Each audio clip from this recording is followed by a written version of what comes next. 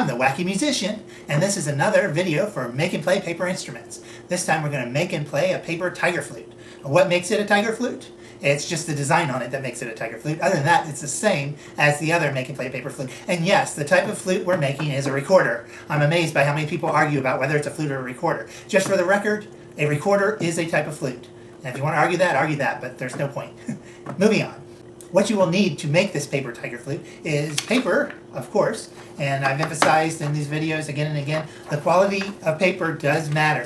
Thickness is important. If you have thin paper, which I actually do today, you'll want to use more than one sheet. I'm going to probably use two. Then you'll need a pencil. This is a mechanical pencil if you can't tell. Regular pencil to draw some lines with. And then we have some colored pencils. Now you can use crowns if you want. I don't know if I would advise markers, as they may soften the paper and possibly put some chemicals. Since we're putting our mouth on this, that may not be a good idea. What I have here is black. You'll definitely need a black. Now if you want to go really easy, you could just do black and orange. What I have here is yellow, light orange, orange, and then what they call this red-orange. So we're going from a light to a dark. That's to make it a little fancier. As I said, if you want to keep it simple, you can just do orange and black. Then you might need a pencil sharpener if you're using colored pencils, because we're going to do a lot of coloring. That's optional. You'll need scissors. Don't run with them. And you'll need tape. This is Scotch tape. Any type of tape that'll hold paper together will do. Alright, so let's make our flute.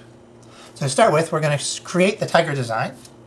I'm going to take my black pencil here, and maybe an inch and a half, between an inch and a half and 2 inches from the edge of the long side of one side of the paper. Just going to make a little squiggly line here. This area right here is going to be where the mouthpiece is. And because of that, we want to keep it white. We don't want to put any colors on it, so that we're not putting our mouth on the colors. That way we avoid any extra chemical consumption. We don't want chemicals. So we're going to leave that blank. The rest of this will color. Now I'm going to take it, and I'm going to go ahead and roll it just a little. Alright. So I'm going to roll it all the way. So I'm going to roll it all the way. I think that's a good size, maybe a little tighter. But roughly about the size of a quarter, maybe a little bigger than a quarter, but around there. You don't want too big and you don't want too small. Now, what we're doing here is we're going to mark off the section that's not going to be visible. So a lot of this paper is rolled under itself. There's a seam right here. I'm going to go inside the seam here, go in maybe half an inch to make sure there's overlap so that we don't have any white space showing if we don't roll it exactly the same, and draw a line. All right. Now unroll it, and there's our line. This short side here, this is our drawing side. This area I'm going to put an X. You don't need to do that. That's just for your purposes. This part will be rolled up. We won't see it, so it's irrelevant. We don't need to color there. So let's begin. I said that a lot in this video already, haven't I? Let's begin, let's begin, let's begin. Okay. Let's start our tiger design by drawing triangles. We're considering this our workspace, so we're going in the middle of this box. Starting from our line we drew here, we're going to draw a triangle. And we're going to keep drawing triangles going straight down. The size can vary a little bit. Size and shape can vary a little bit. Not everything in nature is perfectly symmetrical, and these tiger stripes are one of those things that aren't. Alright, so we have a series of triangles. See that pretty well, I think. I'll pull it up here. Now we're going to color them in, make them nice and dark. So I'm using my black pencil. And I will fast forward when I'm doing this kind of stuff, so you don't have to watch me tediously color these. You can always pause the video if you need time to catch up.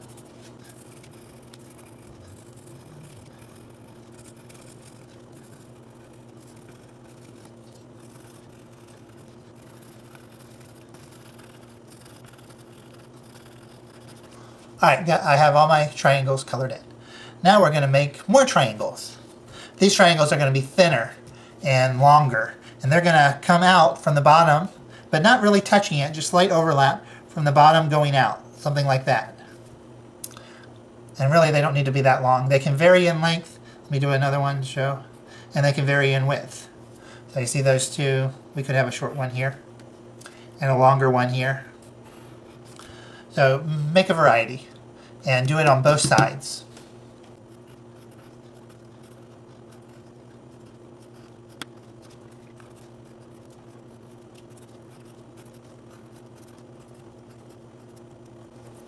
Alright, and I'm going to add an extra one up here as if there were a triangle above that it would be coming off of. That looks more like a square. Not intentionally. Okay. Let me pull up so you can see. So just random shaped triangles there. Now we color them in.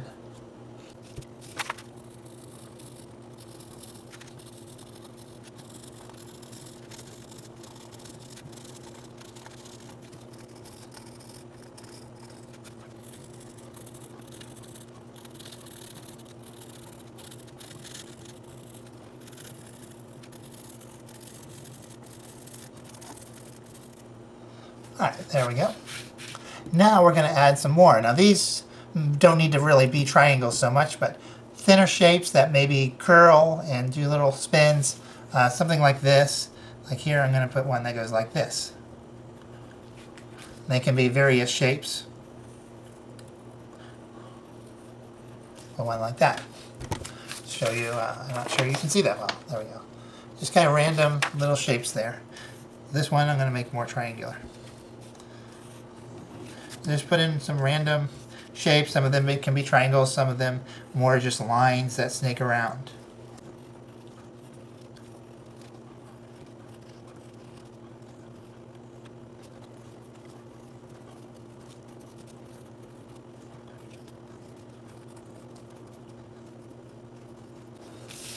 So there's my different shapes. I say just random shapes there, something along that lines. Now, if you haven't guessed it, we need to color them in. Before I start coloring them, I need to sharpen my pencil. Alright, now I can color them in.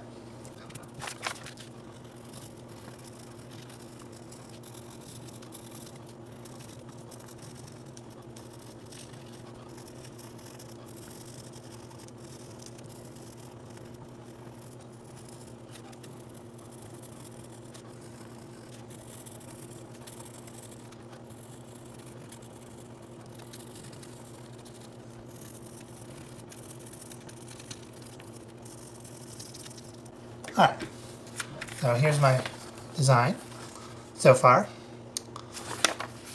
Now it's time to start putting in some more color.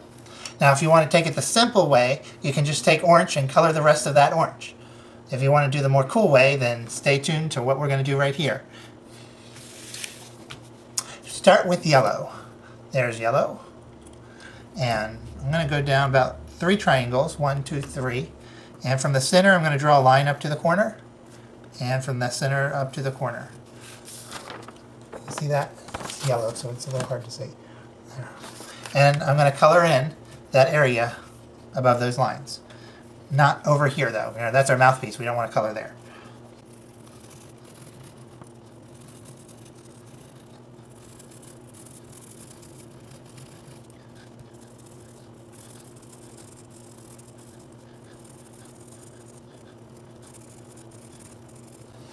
Alright, so there's we've got kind of a yellow triangle there. So now we're going to go to a light orange. This one is called yellow orange on my pencils. Any type of light orange should work just fine. Mine's looking a little dull, so I'm going to sharpen it. That's good. And I'm going to go down another 3 triangles from where I did the yellow. So that's a total of 6 triangles going down. And from the center of that one, I'm going to draw a line going up to about here. Notice there's white space from here to here. I'll show it closer in a minute. Make it darker so you can see it. So I've mapped it out like that. And before I color in between the yellow and the orange, I'm going to actually color the edges of the yellow and overlap the orange on the yellow. So I'm going to push some orange into the yellow.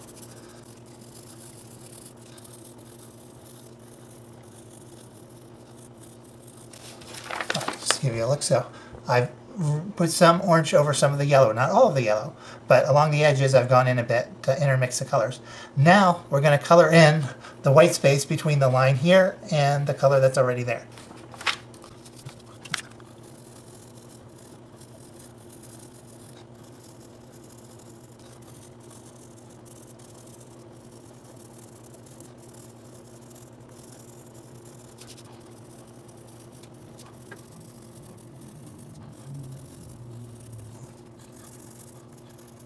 Alright, let's have a look. That's what we have right now. Now it's time to go a little darker, and the next one I'm using is just called Orange. And I'm going to go down about another 3 triangles from where the orange mark started. And I'm going to draw a line to about right here.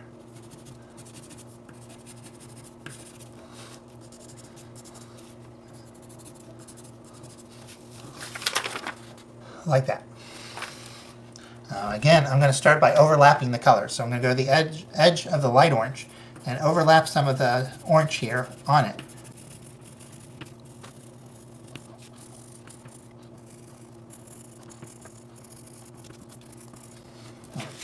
So now we have that overlap there. And before I continue, I need to sharpen this pencil more. That'll do. Now it's time to color in all the white space between the line and the previously colored area.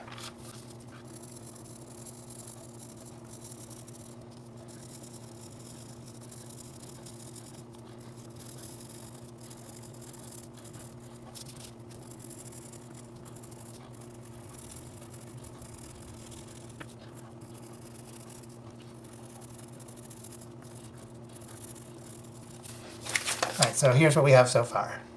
So now it's time to go to a darker orange. In my case, I'm going to use this, which is red orange. And I don't need to draw a triangle this time because I'm coming down to the bottom of the page. So again, we'll need to overlap. First I need to sharpen this because it's a little dull. That's better. So let's start by overlapping this color with the previous color.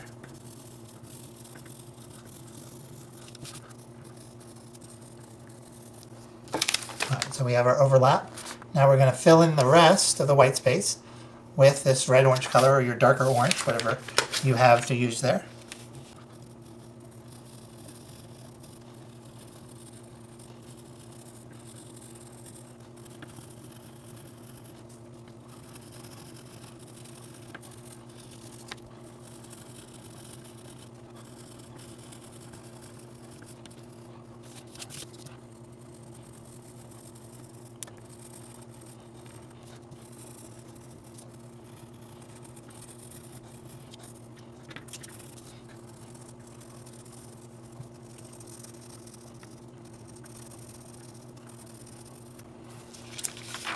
Alright, so there's our finished design.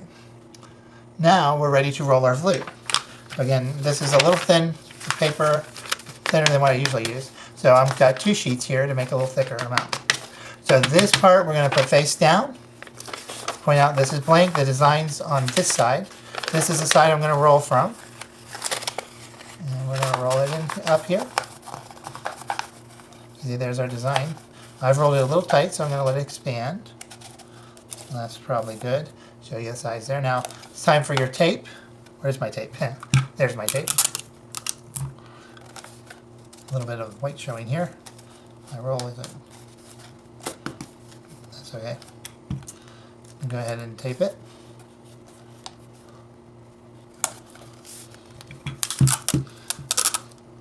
I like to, you could just put a couple pieces, but I like to, said that weird, I like to tape it all the way down and just completely cover the seam with tape. Just how I prefer to do it. It's not really necessary. So now we have a tube with tiger stripes on it. There's our center piece of the design. Now we need to turn this tube into a flute. So take your scissors. And we need to look inside. This is somewhat important. We need to look inside for right here where there's a seam. See that seam? We want to keep the hole we're going to make, we want to keep it away from that seam. So that seam's there, the other seam is on the outside right here. So we want to put the hole where that seam is away from it and that seam is away from it. But this is the harder one to see because it's inside. So it's way down here. I'm going to put the hole on this surface area right here. Take your scissors, pinch this a little bit. Now you want at least a good inch. Yeah, I'd say at least a good inch. You don't want to be too close to the edge of the mouthpiece, but you also don't want to be too far. So you can see there where I'm cutting. And we're just going to make a slight cut inside. Not very far, maybe about a centimeter in. Yeah, I use inches and centimeters in the same directions, so you can see that cut. And then we're going to make another one near it. Not too close to it, but again, not too far. about a centimeter, I guess. I haven't actually measured, I'm guessing, but that's what my cuts look like. Now we're going to flatten it back out. I get some of that bend out. So it should look like this, almost like it has a little face on it. Now we're going to take our scissors and get inside those cuts. Make sure it gets all the way through. It's not, there we go. So your scissor is inside, it's almost kind of hard to show, inside the cut. And we're going to cut from one cut to the other. Thereby, oops, we can see I didn't get all the way through. It's this side that's missing all the way through. So make sure you get all the way through. And we're going to pull that aside. So now we're making a hole. Now we need to go over here and cut it off. Do that very well. Okay, there we go. Hopefully that'll still work. I cut it a little too far. So we've got a hole like that. That hole's a little big. Don't go any bigger than that if you can help it. There's a couple pieces hanging out here I'm going to need to get rid of. And make a little adjustment because I got some paper that's just not cut all the way through. Maybe that's okay. Okay, well, leave it there. Yeah. I see what's going on. Gotta make a correction. Okay, this little piece didn't get cut. Alright, so that's about the biggest you want a hole to be. Usually my holes are a bit smaller than that. That one's a little big. Any bigger than that, I'm not sure it would work. And we'll see if this one works. Alright, so that's the easier part. Now this part is the key to making this work. And so if you have trouble making these, pay careful attention to what we're going to do here. You want to open your scissors, don't cut yourself, and right where the hole is, not right where the hole is, but the side where the hole is, on the edge, we're going to put the scissors in between the paper. See how that is? The scissors are in between the paper. And with the scissors, we're going to pull the paper down right to the center. We want it to be pulled down centered with the hole. This is not going well. Sometimes it works better than others. So I want you to see what I'm doing. Pulling it down, and then we squeeze it. And when I'm done, it looks like that. So we've got a kind of a channel going up to the center of the hole. I've got a piece of that layer here that's kind of sticking out, which we'll see if we can fix. This isn't coming out. So, but I want to make sure you can see that well. That's very important. And now we want to kind of unsquish everything again. Right, and let's have a good look. See that bend there leading up to the center. Holes right there. Very important. Now I'm going to push it up a little bit. Doesn't need to be down that far. Keep an eye on it there. Okay. Now, I'm going to go ahead and blow it.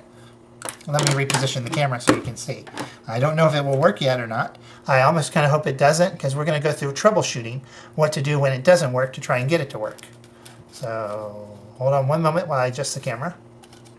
Alright, so here's my flute. See what happens when I blow. Oh, you can hear it. It almost works, but it doesn't quite work. It's trying to make the sound, but it's not quite there. So I'm actually glad of that, because I want to show you what to do to try and help it work. Help it works. Yeah, that makes good sense. Help it work. So we're going to open our scissors. Again, don't cut yourself. Don't run with scissors. That's just an old age thing.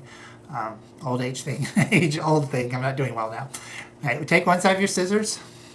We're going to go into the flute here, where the bend is, and across the hole. And we're going to use, this is hard to show, we're going to use the tip of the scissors to separate the layers of the paper right here on the other side of the hole. It's hard for me to show and do. Now I've got, it looks like 3 or 4 layers. I'm going to separate those. Sorry, I would like to show you more closely, but I can't do it, unfortunately, and show you. There we go, got under that. You can see how the scissors are through the layers there. The air blowing through the paper actually is what helps make the sound work. Almost there. Sometimes you need to bend and adjust it. It's just barely there. So I'm going to keep pushing this through, separating the layers. And you can see sometimes it takes adjustments. Doesn't always work the first time. Had run many experiments to try and make a system where it could work every time. I've never been able to. But I do know a key is making sure the air can flow between the layers of the paper. There it is. Well, had it for a second. Lost it. I got it back, and what I did is I bent the flute a little bit, trying to find the right spot where the air will go through. So this one's working. It's not working great. See if we can adjust it a little bit more. Again, just putting the scissors through to separate the layers. Try and get the air to flow through there well.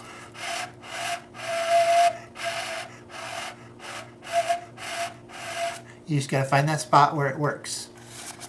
Keep messing with it until it works. If you just can't get it to work, you might try starting over and making another one. You might want to practice making regular paper ones before you do the design, if that's the case, until you get the concept down. Now you can see this isn't one of my better ones.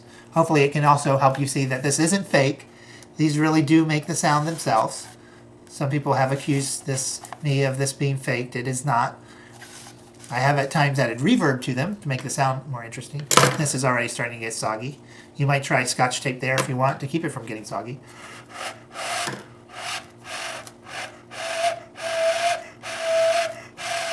So we've got some sound there. Let's go on. You can stop there if you want. You've got a flute. You got the sound going. If not, keep trying.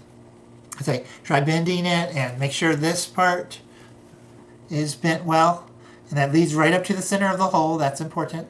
And put the scissors through and separate the layers. Make sure the air can go through well. And if you just can't get it, try making another one. Again, make sure you've got good paper. If you don't have thick paper, then use more than one sheet. I use 2 on this one. Usually, lately I've been using cardstock, but I don't have any where I'm at the moment. So this is just regular computer paper, probably 20 pound, and it's 2 sheets on top of each other. Now, there's one more thing you can do, and that is add finger holes. Now, unlike a regular recorder or flute, we don't want to put the finger holes on top. So I mentioned the air blowing through seems to be what makes the sound. So if we put a hole on top, we risk really messing that up. So we're going to put our hole on the side. I'm going to actually put it on this side, opposite where I was pointing. So here's the top right here. I'm going to put the hole on the side. Now I'm going to support it with my fingers at the bottom, and I'm going to poke the scissors through, making sure that I'm not poking where my finger is. I'm poking past my finger. You don't want to hit your finger with the scissors. That could hurt and even cut you. And I'm just twisting the scissors back and forth until it breaks through. Now it's inside the tube. I'm going to rotate it some to make a circle there. Rotate it up some and try to bend the pieces in so that that's not quite there. There we go. So that there's a hole there. Now, question is, after doing that, does it still work? I'm going to readjust things here again with my scissors because it was never working all that great to start with. It's actually working better. Now, let's see. If I put my finger over the hole. Oop, I lost it.